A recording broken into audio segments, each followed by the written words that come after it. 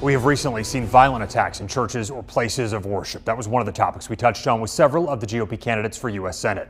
We talked about addressing the issue and what more needs to be done to protect people. We'll start with Stanley Adair, who says we need to make sure that whether it's a church, a school, or any place where people gather, security measures are strengthened. You're just inviting trouble when you say, let's make this a gun-free place. We need to make sure that we have people there that are trained and that can stop these things before they start.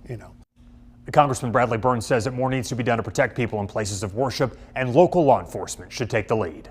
But I think one thing the federal government can do is provide information to them, particularly if we've got any intelligence that would be useful to them. But this is going to be primarily a local law enforcement sort of thing, and I think we need to be very supportive of that. Arnold Mooney says this is an issue that the state should deal with, and he believes that Alabama is doing a good job addressing it locally.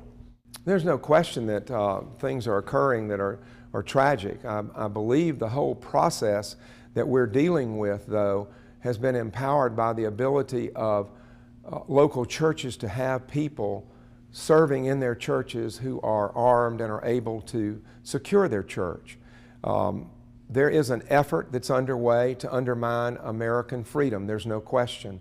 But the solution to that is not a federal intervention. The states have got to do their job individually to work with that.